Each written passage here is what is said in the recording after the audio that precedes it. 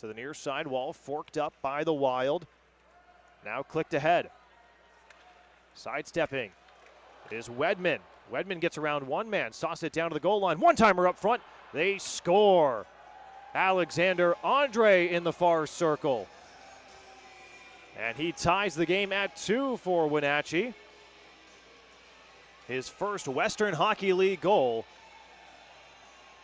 And it comes against a divisional opponent as the Wild throw the puck into the bench.